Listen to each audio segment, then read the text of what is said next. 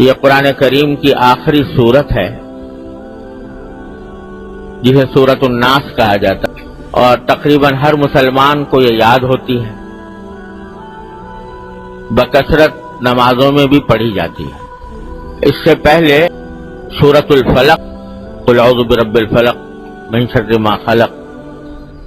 اور اس وقت یہ عرض کیا تھا کہ یہ دونوں سورتیں قل اعوذ برب الفلق اور قل اعوذ برب الناس دونوں ایک ہی ساتھ نازل ہوئی، اور اس وقت نازل ہوئی ہیں جب کچھ یہودیوں نے حضور نبی کریم سرور دو عالم صلی اللہ علیہ وسلم پر جادو کیا تھا،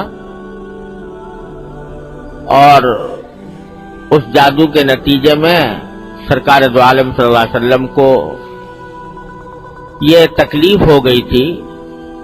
کہ بعض اوقات آپ نے کوئی کام کیا ہوتا مگر یہ خیال ہوتا کہ نہیں کیا، تو اس طرح کی صورتحال پیش آتی تھی۔ تو بعد میں پھر اللہ تبارک و تعالیٰ نے دو فرشتوں کے ذریعے نبی کریم صلی اللہ علیہ وسلم کو اس بات سے باخبر فرمایا کہ آپ پر جادو کیا گیا ہے،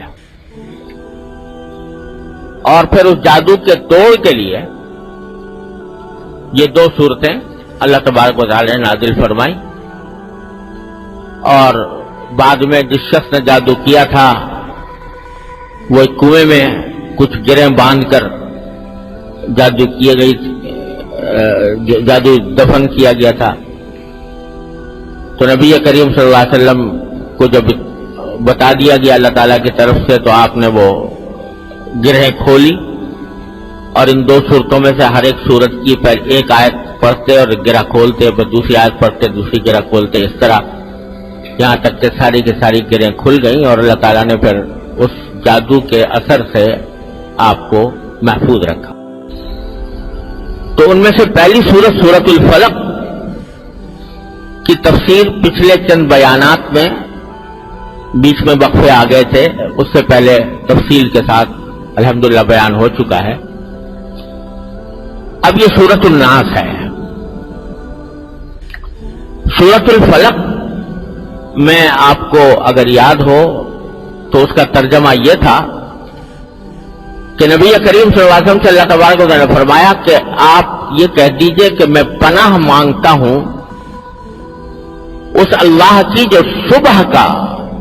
خالق ہے، صبح کا مالک ہے، پناہ مانگتا ہوں ہر اس چیز کے شر سے جو اس نے پیدا کیا،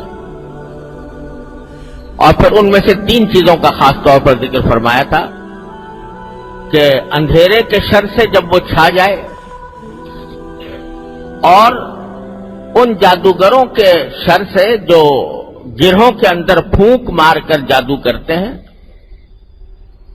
اور حسد کرنے والے کے شر سے جب وہ حسد کرے۔ یہ سورہ فلق کا ترجمہ تھا۔ اس دوسری سورت کا ترجمہ یہ ہے کہ حضور نبی کریم سرور دو عالم صلی اللہ علیہ وسلم سے اللہ تبارک و تعالیٰ فرما رہے ہیں قل،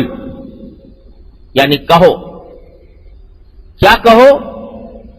یہ کہو کہ اعوذ برب الناس،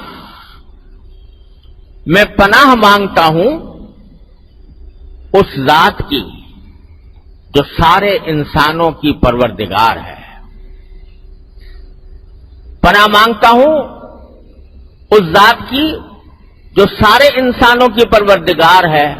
ملک الناس جو سارے انسانوں پر بادشاہت رکھے ہوئے ہے، الہ الناس جو سارے انسانوں کی معبود ہے، اس کی پناہ مانگتا ہوں۔ کس چیز سے پناہ مانگتا ہوں؟ من شر الوسواس الخناس، اس شیطان کے شر سے جو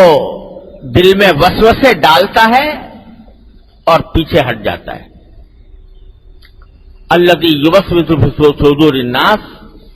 جو وسوسے ڈالتا ہے لوگوں کے سینوں میں، من الجنۃ والناس، چاہے وہ شیطانی عمل کرنے والا جنات میں سے ہو یا انسانوں میں سے ہو. تو ذرا دونوں صورتوں میں تھوڑا سا مقابلہ کر کے دیکھیں تو پہلی صورت میں اللہ تعالی نے فرمایا کہ پناہ مانگتا ہوں ہر اس چیز کے شر سے جو اللہ نے پیدا کیا ہے. جتنی مخلوقات ہیں ان کے شر سے پناہ مانگتا ہوں. وہ چاہے انسان ہو جو تکلیف پہنچانے والے دشمن ہو، چاہے وہ جنات ہو، چاہے وہ جانور ہو موذی جانور، چاہے اور کوئی مخلوق ہو جو انسان کو تکلیف پہنچانے والی ہے، ان سب کے شر سے اللہ میں آپ کی پناہ مانگتا ہوں. وہاں اس میں یہ فرمایا جاتا ہے. اور یہاں یہ سورت جو ہے یہ خاص طور سے وسوسے ڈالنے والے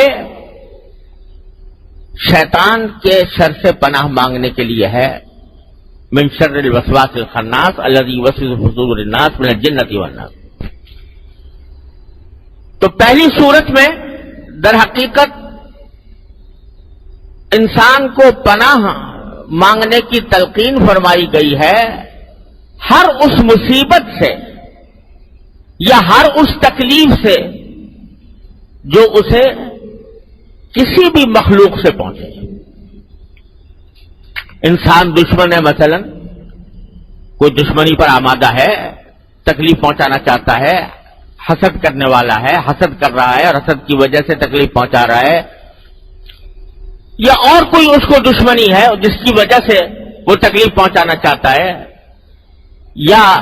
جانور ہے کوئی تکلیف پہنچانا چاہتا ہے، کوئی ڈاکو ہے، کوئی چور ہے، ان سب کے شر سے پناہ مانگی گئی ہے. تو اس میں در حقیقت پناہ مانگی گئی ہے ان مصیبتوں سے اور ان تکلیفوں سے جو انسان کے جسم کو